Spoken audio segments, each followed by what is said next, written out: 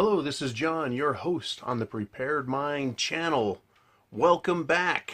I've got a subject today for you that's probably going to knock your socks off and make you think twice.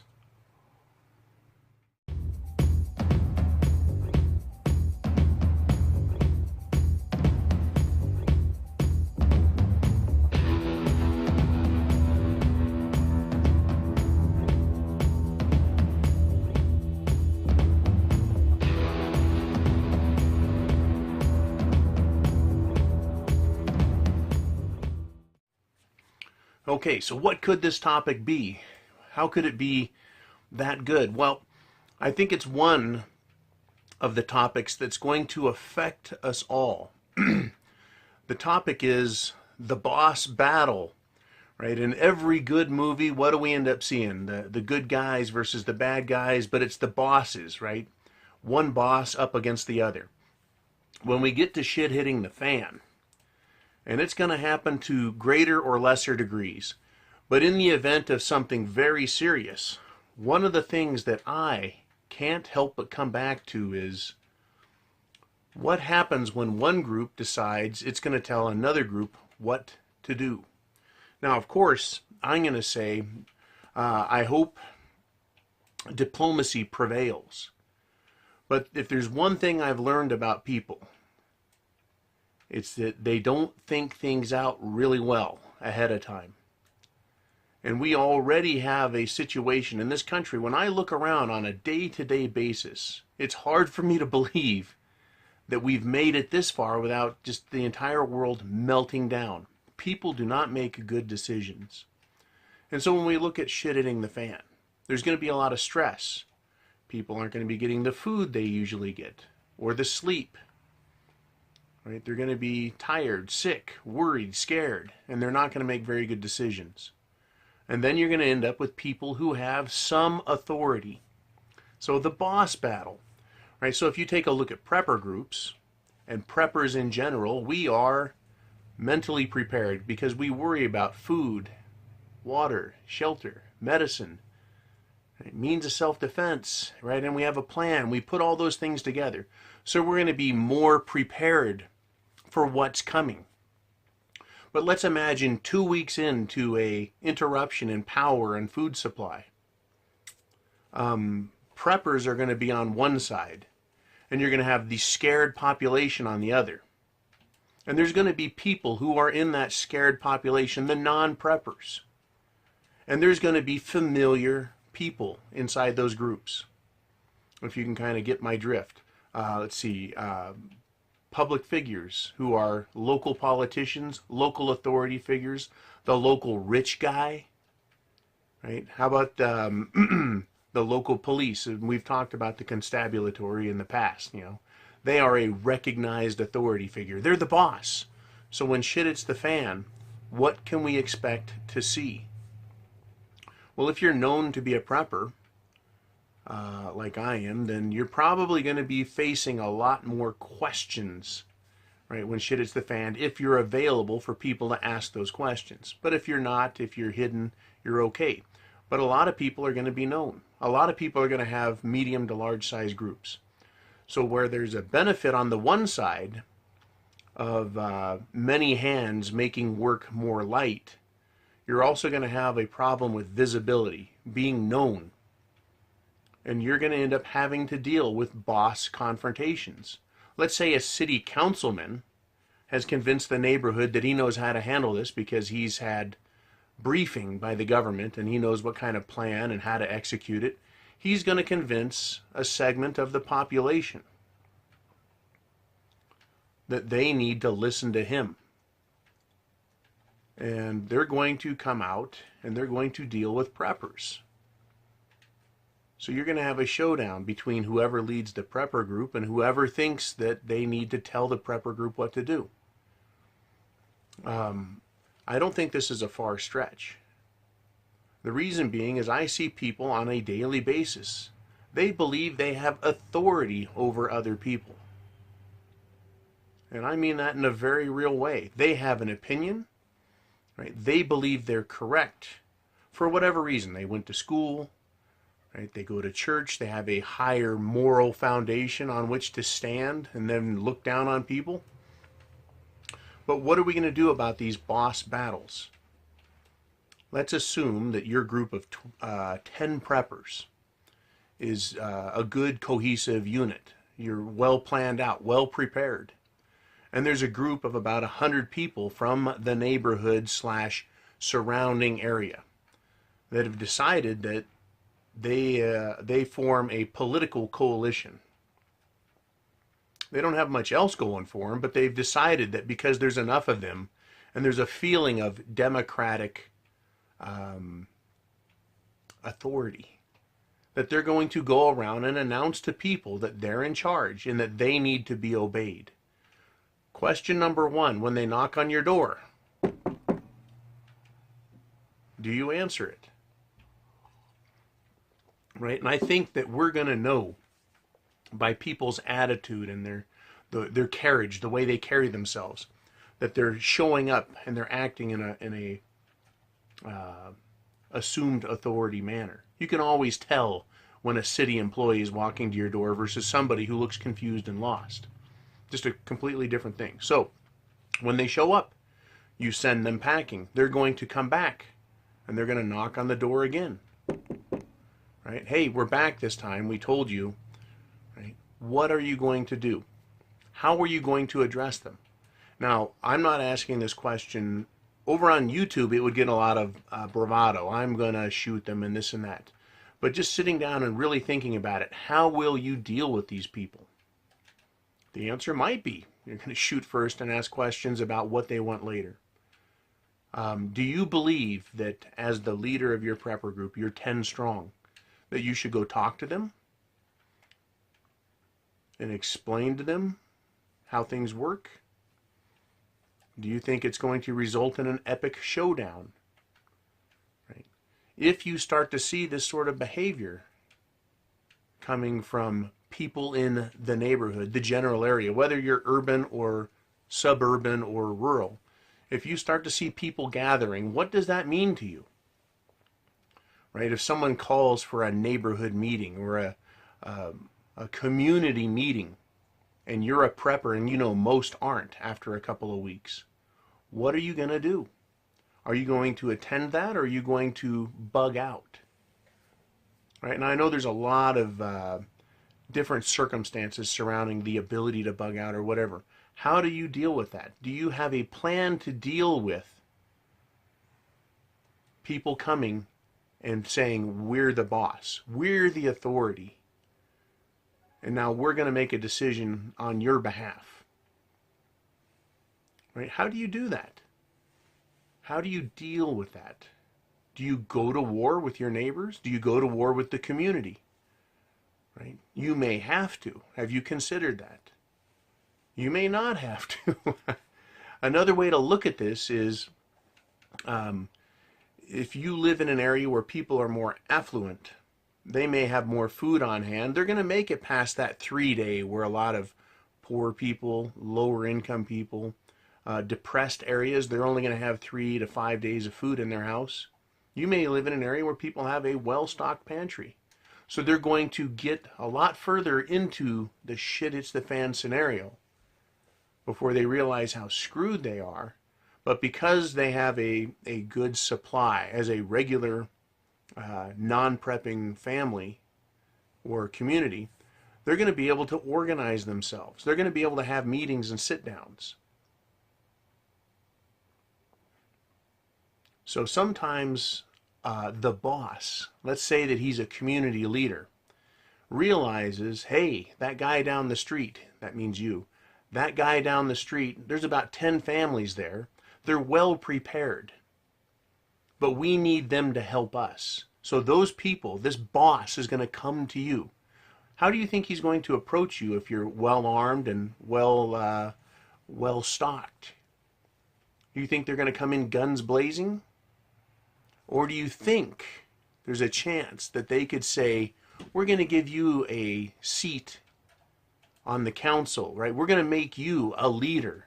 We're going to give you some authority. We're going to recognize how good you are. Basically, rub your ego and give you a bribe, right? Ah, we'll give you a great position. Right? You can be my deputy. Whatever it is they're going to do. Expect to see that. Expect to see people offering something that they have, which has no value when shit hits the fan. But expect it. Right? They're going to stroke your ego. Man, John Q. Smith there, you really got your shit together. We need you to help us, the whole community. Now, we know you guys are preppers and we've got it really tough, but we want to make you the boss and we're going to put you in charge of X, Y, Z, right? Food, water, defense. Do you think that there's a possibility that could happen to you? I definitely think it's going to happen to a lot of people. These people that are wealthy, they're going to have similar things as well, right? If it's not an all-out Mad Max, everything's on fire, SHTF, there's going to be wealthy people making offers. They're going to try and buy people, right? He's the rich guy. He's going to try and buy people. He's the boss. He's going to make offers. How will you react to that? Now, if you have everything you need, if you have all the weapons you need, all the food you need, all the water, right? You've got it set up. You've got seeds ready, right? So that you can plant a garden at the next growing season. There's nothing they can offer you that you don't already have. Do you think that's going to cause a confrontation? Now remember, the guy coming at you, he's wealthy or used to having power or used to having authority. So when you tell him no, what do you think that's going to do to his ego? Now, I'm sure if a local councilman had 3 prepper groups to go to, he's going to make an offer to each one. He's going to say, I'm going to give you authority. I'm going to give you authority. I'm going to give you authority. And if one of those guys takes it, what does he now have? He now has someone on his side to help do his dirty work. Now, I hate to say this, but just because people are preppers does not necessarily make them good people. Case in point, anytime on YouTube I say something that someone else doesn't like, I am attacked with a level of vitriol that is absolutely disgusting. Quite often, people say things like, well, now that I know where you live, or I can guess where you live, man, I'm coming for you. There's those type of preppers. The half-ass prepper. The prepper that says, well, I don't have any money, so I'm going to have to become a thief. They're already planning that negative side. So again, let's assume that the city boss, the community boss, whether he's a policeman, a fireman, a councilman, a rich guy, a business owner, he talks to the 1, 2, 3 of the prepper groups that he can get a hold of, and he gets one group. They're not especially well stocked, but they might be especially well devious. And he says, okay, we've got the other 2 groups we need to knock off. They're not cooperating with each other. They're standalone groups, right? Can you see how another prepper group can be turned against you? You know, once again, shit hitting the fan, the apocalypse, Armageddon. You know, this scenario doesn't bring out the best in people. Maybe for the first few days there's a lot of kumbaya, standing around a fire pit, sharing food, helping each other out, hoping the lights come back on. You know, meaning things are okay. But a couple weeks in, again, that's where this kind of scenario goes. People aren't dead all the way, but they certainly are desperate. Bad things have happened, but there's still some semblance of civilization. But, you know, by the end of the first 30 days, I think a lot of this is going to be sorted out. So somewhere between week 1 and week 4, I'm seeing this boss battle thing developing, where some slimy, sly politician or lawyer is going to pit prepper group against prepper group, where normally they may be fine.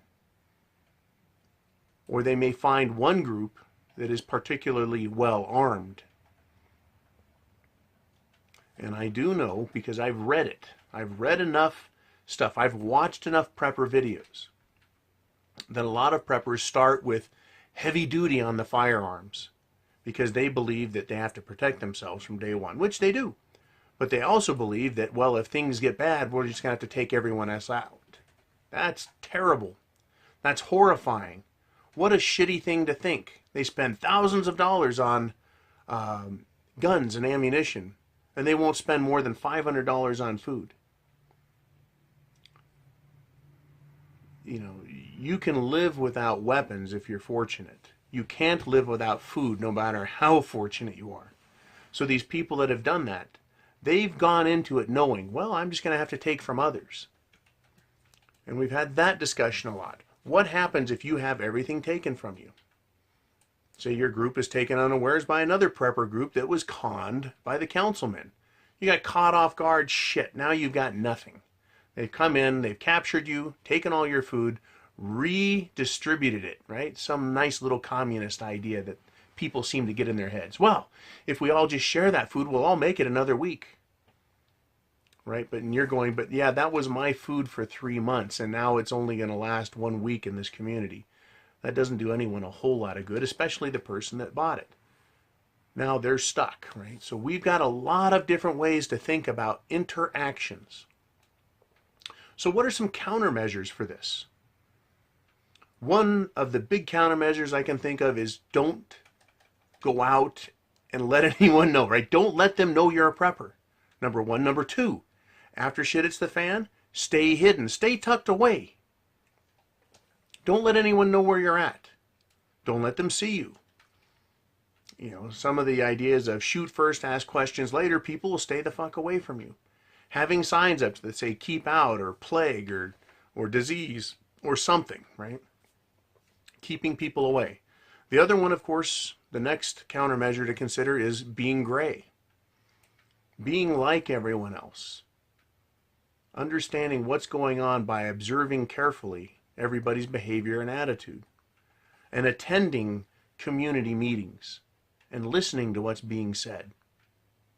And there's going to be these community meetings where people get together and go, okay, we're in week 2. Food's not coming back, lights aren't on, and we're starting to get really scared and hungry. What do we do? And that's when this charismatic, great leader is going to stand up in the community, and he's going to tell everybody how he's going to make it right. And whatever his plan is, you as a prepper need to understand your risk, the threat that poses to you. You know, maybe first week, maybe the second week, maybe the third week. They'll say, we need to go door to door and collect all the food. Okay. So attending these meetings, good idea, right? If you can't stay totally anonymous, it's best to attend them and find out what the local attitude is, what the bosses are pushing for, right? And you can bet your ass that whoever the boss is, he's not going to be the one doing the dirty work. Whether he's a local politician or a lawyer type. And I don't mean to pick on lawyers that much, but it's kind of fun to pick on lawyers. They're usually pretty smart. There's a certain type of thinking pattern they have, and it works really well, right? If they're a lawyer, they're used to explaining themselves and convincing people to believe them. So they can get a group of people who are tired, scared, hungry, sick, get them riled up and energized and focused on whatever his mission's going to be. And that mission could be coming to you. Now, if you and your group know that there's going to be a push coming at you, what do? You've got a couple options, right? Number one, defend yourself, right? Understand what your perimeter is, set up a defensive strategy, covering avenues of approach, repel them, right? But who wants to do that? Well, nobody does, but it may end up happening. The other thing is a temporary bug out. Now, if you do that and leave all your preps behind, what does that mean? They're going to get consumed. They're going to get stolen. So when I say have a plan, you know, all the things you need, food, water, shelter, clothing, medicine, means of self-defense, and a plan. The plan means understanding your socioeconomic, geographic conditions. Right? If you live in a poor area, are you going to, with what you know of the people, see mayhem a lot faster? If you live in a suburb, a little more middle class, can you expect to see more cohesive cooperation amongst the people in the area? They're going to think things through a little further. That doesn't make them less dangerous. In fact, it could make them more dangerous. And let's just say you live in an area that's very wealthy. It's affluent. A lot of big houses. Does that make you any safer? Not necessarily, because the people who don't have may assume that you do. The same way people in a city go, well, you know, in the country, that's where they make the food. So when shit hits the fan, they flee the cities. Head to the hills, right? Head to the woods, head to the lake. And they're going to be coming out into other areas. And if you get a group of people, right, and they say, we're going to walk that way into the country, right, there's someone leading them. So the prepper boss versus the non-prepper boss, we end up with this scenario again and again and again, right? Because people are screwballs, to put it lightly. They're screwballs. They're ding-dongs, right? Individually, they're dangerous. In a group, they are incredibly dangerous. And if they're being led by one person who is intelligent enough to understand the situation and ruthless enough to think that it's okay if he loses some people, step back, right? They can do some serious harm. So this boss battle, the idea of dealing with a boss somewhere else, we need to be at least one step ahead as preppers. Now, it's not to be cruel. It's not to be anything other than concerned most about our self-preservation. After all, we are preppers. That's our primary concern. We have to be self-reliant. We have to be rugged. We have to be individual. And then we start working in our groups. We have our individual skills. We have our group skills. And you may be called upon to deal with one of these bosses that comes around. And who knows what flavor it's going to take. Right? You might think on the one hand that some of the best people you know, as preppers, turn out to be some of the absolute worst people on the planet. And that's one of those mystery things. Understanding people is going to get you so far. But dealing with people when a situation is not conducive of good behavior, that is, sometimes emergencies bring out the worst in people. Tragedy and trauma, hardships, everything that makes and breaks a human being down makes it all the easier for them to make the wrong decisions. And when shit hits the fan, we're going to see a lot of wrong decisions, because we're going to see a lot of those negative things. So again, there's a lot of countermeasures that we need to think about. Either avoiding groups or infiltrating them. And if you're going to infiltrate them, let me reiterate something I talked about a long time ago. If you're nice and healthy, and we go into shit hits the fan, and everyone around you is losing weight quickly because they're trying to live on 1,000 calories a day, and they need 2,500 to 4,000 calories a day to do hard work, so they're losing their body fat. They're getting skinny, sallow, gaunt. You need to make sure that you eat very well, but you don't look all plump and healthy. Right? You don't want to have rosy cheeks and nice flush skin when everyone else is looking like absolute shit. Right? You don't want to walk with a spring in your step when everyone else is dragging a leg behind them. Being gray, right? It will keep you from attracting attention.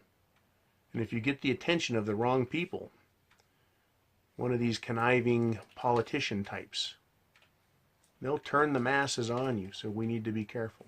Just some thoughts I have. I'm not always right, because like I said, I'm the expert in my world, right? You're the expert in yours. So think about what environment you have. Talk with others in your group about this subject. It's well worth thinking about is what if, right? There's an authority, a boss out there that wants to make trouble. Does your plan take care of that? Can you bribe them off? Can you get them away? Whatever it is, you need to think about it and think steps through. Some people say, well, if group of people came by my place and said they were going to do this and that, I would just give them some food